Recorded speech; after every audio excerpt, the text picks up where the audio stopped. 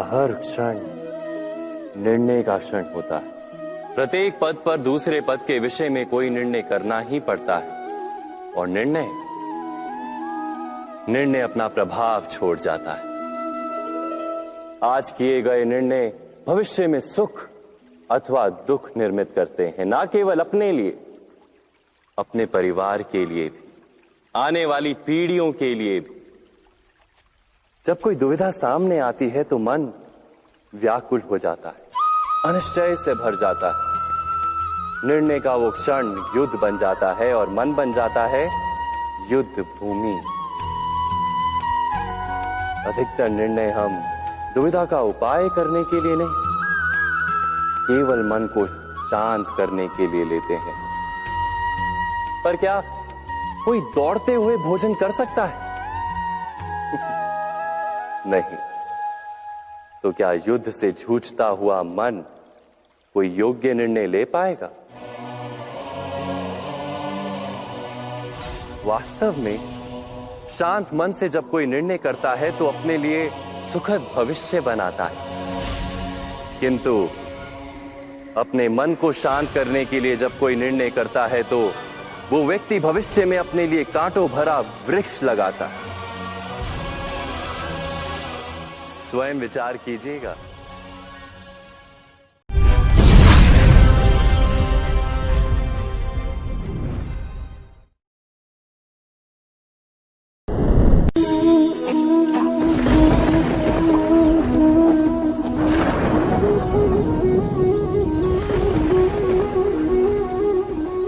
सपनों और पूर्वाभासों के आधार पर हम भविष्य के सुख दुख की कल्पना करते हैं। भविष्य के दुख का कारण दूर करने के लिए हम आज योजना बनाते हैं। किंतु कल के संकट को आज निर्मूल करने से हमें लाभ मिलता है या हानि पहुंचती है? ये प्रश्न हम कभी नहीं करते। सत्य तो ये है कि संकट और उसका निवारण साथ जनते हैं, व्यक्ति के लिए भी और सृष्टि के लिए भी। नहीं, आप अपने भूतकाल का स्मरण कीजिए, इतिहास को देखिए। आप तुरंत ही ये जान पाएंगे कि जब जब संकट आता है तब तब उसका निवारण करने वाली शक्ति भी जन्म लेती है। यही तो जगत का चलन है। वस्तुतः संकट ही शक्ति के जन्म का कारण है। प्रत्येक व्यक्ति जब संकट से निकलता है तो एक पद आगे बढ़ा होता है, अधिक चमकता है, आत्मविश्वास से अधिक भरा होता है, न केवल अपने लिए अपितु विश्व के लिए भी। क्या ये सत्य नहीं? वास्तव में संकट का जन्म है एक अवसर का जन्म, अपने आप को बदलने का अवसर, अपने विचारों को ऊंचाई पर करने का अवसर, अपनी आत्मा को बलवान और ज्ञान मंडित बनाने का अवसर। जो ये कर पाता है उसे कोई संकट नहीं होता, किंतु जो ये नहीं कर पाता वो तो स्वयं एक संकट है विश्व के लिए। विचार कीजिए।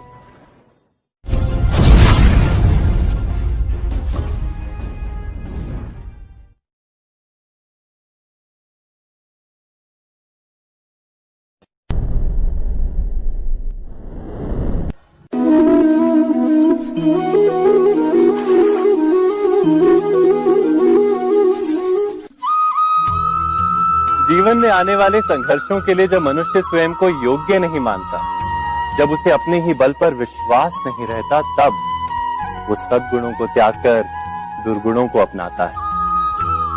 वस्तुतः मनुष्य के जीवन में दुर्जनता जन्म ही तब लेती है जब उसके अंतर में आत्मविश्वास नहीं होता। आत्मविश्वास ही अच्छाई को धारण करता है। ये आत्मविश्वास है क्या?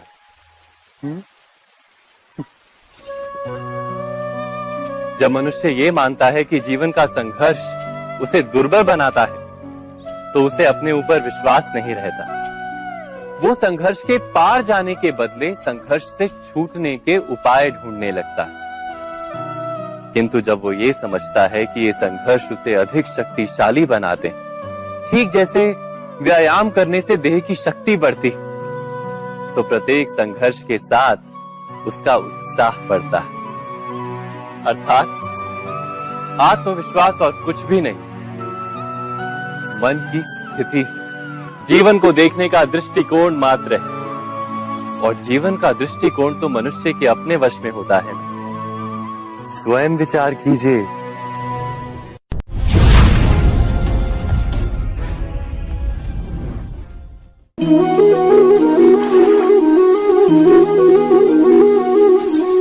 पिता सदा ही अपने संतान के सुख की कामना करते हैं, उनके भविष्य की चिंता करते रहते हैं। इसी कारणवश सदा ही अपने संतानों के भविष्य का मार्ग स्वयं निश्चित करने का प्रयत्न करते रहते हैं। जिस मार्ग पर पिता स्वयं चला है, जिस मार्ग के कंकर पत्थर को स्वयं देखा है, मार्ग की छाया, मार्ग की धूप को स्वयं जाना है, उसी मार्ग पर उसका पुत्र भी चले, यही इच्छा रहती है हर पिता की। निस्संदेह उत्तम भावना है ये, किंतु 3 प्रश्नों के ऊपर विचार करना हम भूल ही जाते हैं। कौन से प्रश्न? प्रथम प्रश्न, क्या समय के साथ प्रत्येक मार्ग बदल नहीं जाते? क्या समय सदा ही नई चुनौतियों को लेकर नहीं आता? तो फिर बीते हुए समय के अनुभव नई पीढ़ी को किस प्रकार लाभ दे सकते हैं? दूसरा प्रश्न, क्या प्रत्येक संतान अपने माता पिता की छवि होता है? हाँ, संतानों को संस्कार तो अवश्य माता पिता देते हैं, किंतु भीतर की क्षमता तो ईश्वर देते हैं। तो जिस मार्ग पर पिता को सफलता मिली है, विश्वास है कि उसी मार्ग पर उसकी संतानों को भी सफलता और सुख प्राप्त होगा। तीसरा प्रश्न, क्या जीवन के संघर्ष और चुनौतियां लाभकारी नहीं होती? क्या प्रत्येक नया प्रश्न एक नए उत्तर का द्वार नहीं खोलता? तो फिर संतानों को नए नए प्रश्नों, संघर्षों और चुनौतियों से दूर रखना, ये उनके लिए लाभ करना कहलाएगा या हानि पहुंचाना? अर्थात जिस प्रकार संतान के भविष्य का निर्माण करने के बदले उसके चरित्र का निर्माण करना श्रेष्ठ है, वैसे संतानों के जीवन का मार्ग निश्चित करने के बदले उन्हें नए संघर्षों के साथ जूझने के लिए मनोबल व ज्ञान देना अधिक लाभदायक नहीं होगा? स्वयं विचार कीजिए।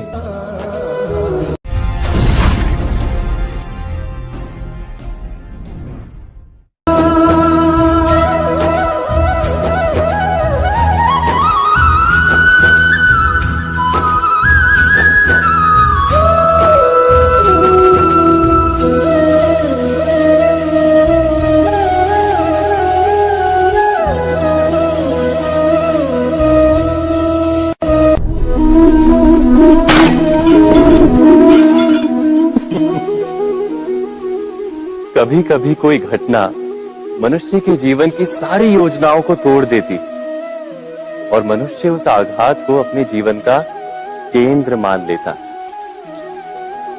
पर क्या भविष्य मनुष्य की योजनाओं के आधार पर निर्मित होते हैं? नहीं। जिस प्रकार किसी ऊंचे पर्वत पर सर्वप्रथम चढ़ने वाला उस पर्वत की तलाई में बैठकर जो योजना बनाता है, क्या वही योजना उसे उस पर्वत की चोटी तक पहुंचाती है? नहीं। वास्तव में वो जैसे जैसे ऊपर चढ़ता है, वैसे वैसे उसे नई नई चुनौतियां, नई नई विडंबनाएं, नए नए अवरोध मिलते हैं। प्रत्येक पद पर वो अपने अगले पद का निर्णय करता है। प्रत्येक पद पर उसे अपनी योजनाओं को बदलना पड़ता है। कहीं पुरानी योजना उसे खाई में ना ढकेल दे। वो पर्वत को अपने योग्य नहीं बना पाता, केवल स्वयं को पर्वत के योग्य बना सकता है। क्या जीवन के साथ भी ऐसा ही नहीं? जब मनुष्य जीवन में किसी एक चुनौती को, एक अवरोध को अपने जीवन का केंद्र मान लेता है, अपने जीवन की गति को ही रोक देता है तो वो अपने जीवन में सफल नहीं बन पाता और ना ही सुख और शांति प्राप्त कर पाता। अर्थात जीवन को अपने योग्य बनाने के बदले स्वयं अपने को जीवन के योग्य बनाना ही सफलता और सुख का एकमात्र मार्ग नहीं। स्वयं विचार कीजिए।